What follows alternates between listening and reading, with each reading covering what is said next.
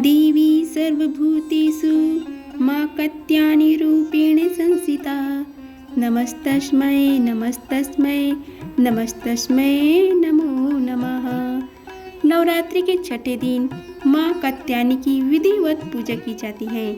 मां दुर्गा की इस स्वरूप को सफलता और यश का प्रतीक माना जाता है। मां कत्यायनी का स्वरूप है। मां कत्यायनी के स्वरूप की बात करें तो मां सिंह पर सवार है, जो चतुर्भुज है। 2 भुजाओं में कमल और तलवार धारण करती है। मां एक भुजा वर मुद्रा और दूसरी भुजा में अभय मुद्रा में रहती है।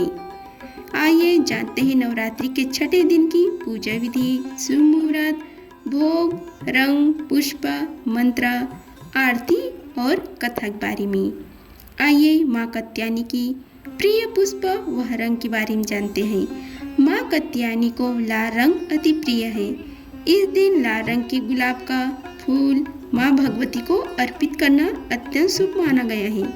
मान्यता है कि ऐसा करने से मां भगवती की कृपा प्राप्त होती है।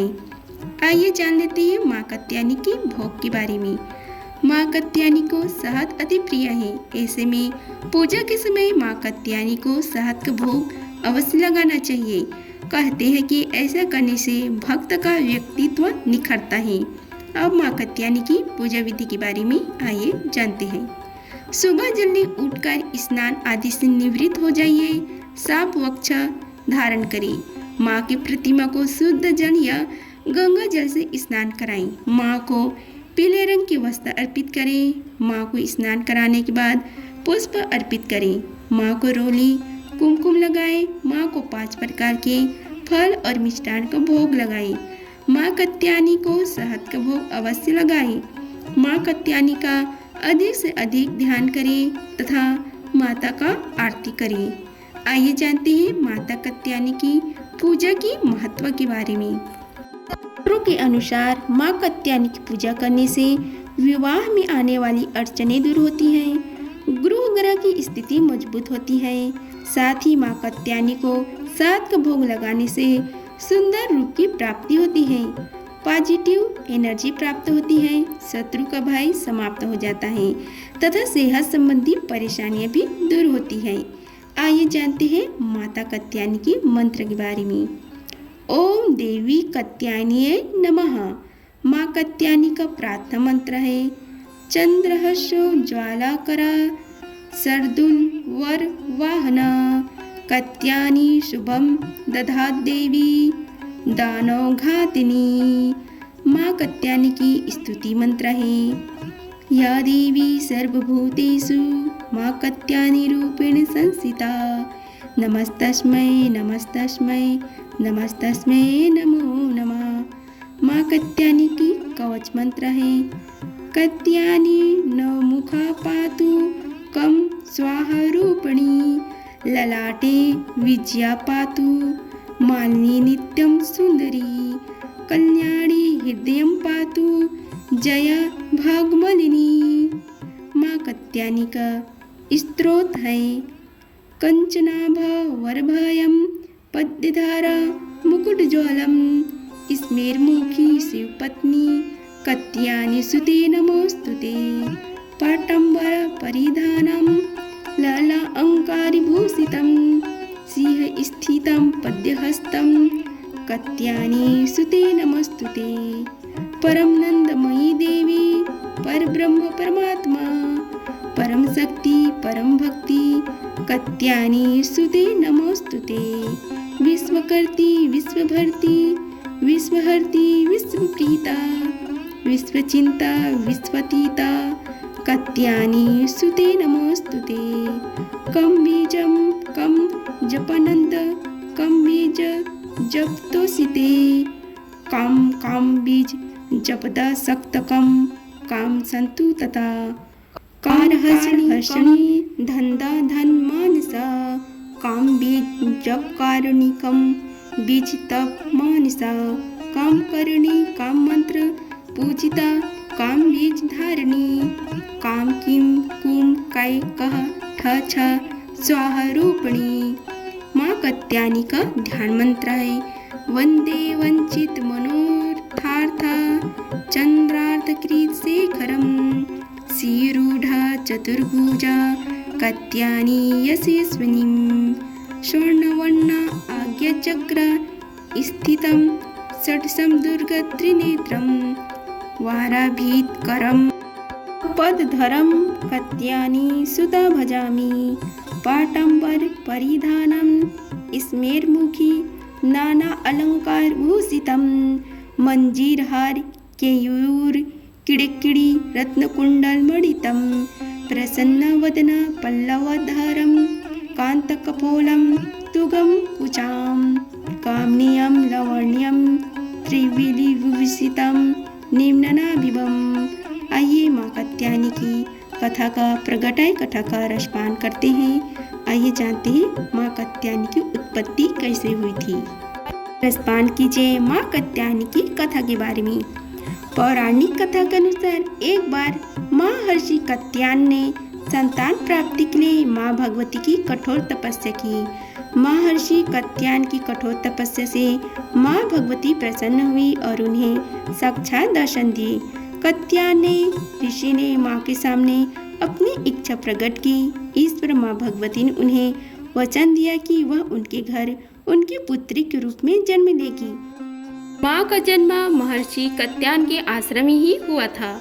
माँ का लालन पोषण कात्यायन ऋषि ने ही किया था।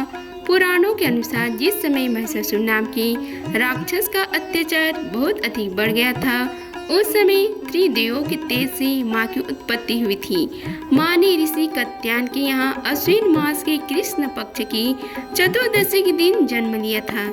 इसके बाद ऋषि कात्यायन ने उनका 3 दिनों तक पूजन किया था। माँ ने दशमी तिथि के दिन महिषासुर का अंत किया था। इसके बाद शुंभ और निशुंभ ने भी स्वर्गलोक पर आक्रमण करके इंद्र का सिंहासन छीन लिया था और 9 ग्रहों को बंधक बना लिया था।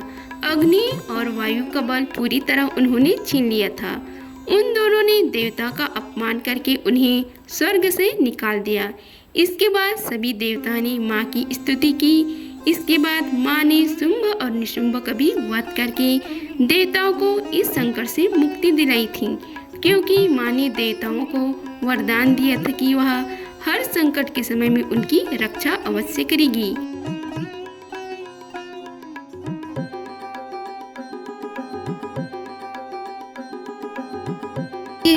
अब हम आप सभी मिलकर माँ कात्यायनी की आरती गाते हैं।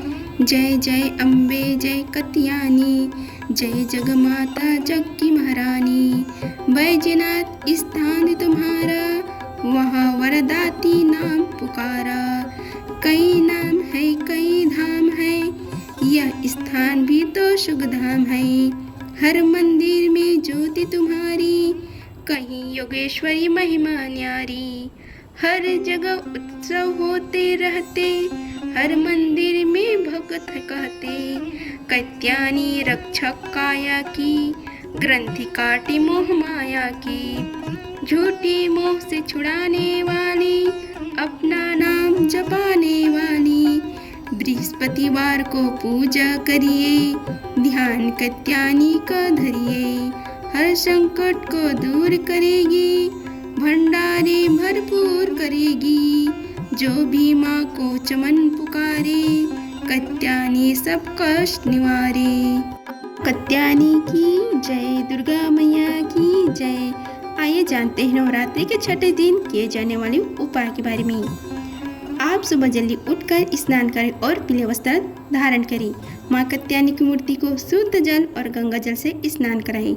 माँ को पीले फूल अर्पित करें। माँ को शहद और मिठाई का भोग लगाएं। माँ को रोली और सिंदूर का तिलक लगाएं।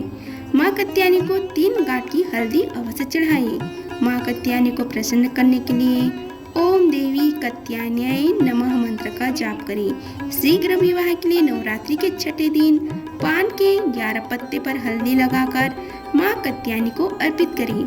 शीघ्र विवाह या प्रेम संबंधी मामलों के लिए चैत्र नवरात्रि के छठे दिन या शरद नवरात्रि के छठे दिन शाम के समय गोधूली वेला में माँ कात्यायनी की पूजा करें। दूध में केसर मिलाकर माँ कात्यायनी का अभिषेक करें। माँ कात्यायनी को गौरी, काली, उमा, ईश्वरी, हेमावती, भद्रकाली और चंडिका जैसे नामों से भी जाना जाता है।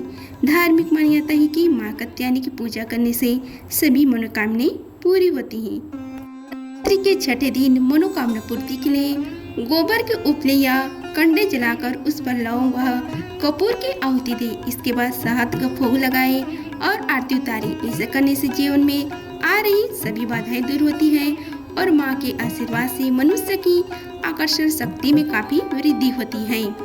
अवैवाहिक जातकों को या फिर जिनके विवाह में बाधा आ रही होती है उनको माँ कात्यायनी की विधिवत पूजा अर्चना करना चाहिए। इसके लिए माता के मंदिर में श्रृंगार और पूजन से संबंधित चीजों का दान करें और माता से प्रार्थना करेगी। इसके बाद इस मंत्र का जाप करें। ऐसा करने से विवाह के योग बनना शुरू हो जाते हैं। यहाँ पर मंत्र को लिखते हैं, आप इन मंत्रों को जाप कर सकते हैं। नौकरी व व्यवसाय में उन्नति के लिए मिट्टी के 2 दीपक ले और उनमें कपूर देवी के सामने जलाएं। कपूर के ऊपर लौंग के 2 जोड़े भी रख दें। इसके बाद सरसों के तेल के दीपक बनाकर आरती उतारें।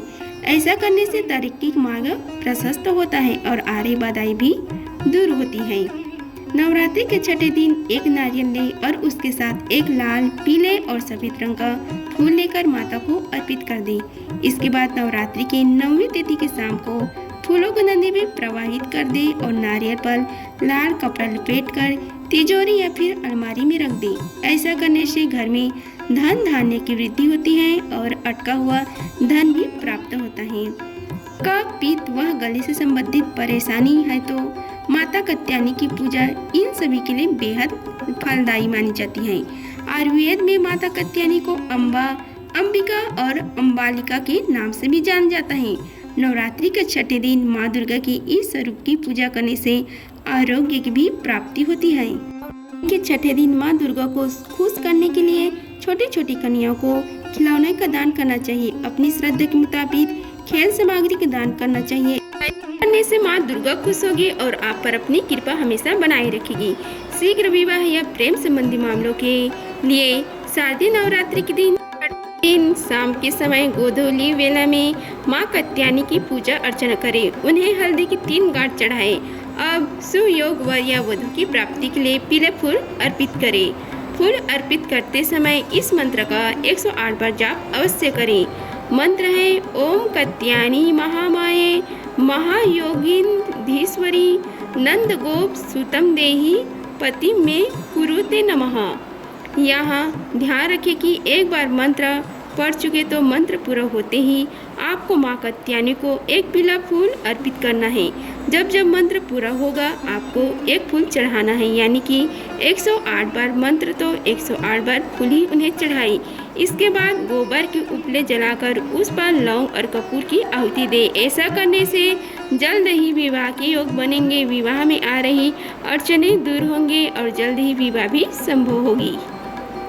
आप सभी को हमारी वीडियो अच्छी लगी होगी तो वीडियो को लाइक कीजिए, चैनल को सब्सक्राइब कीजिए और कमेंट बॉक्स में जय माता दी लिखिए। धन्यवाद। मिलते हैं अगले वीडियो में, तब तक के लिए जय माता दी।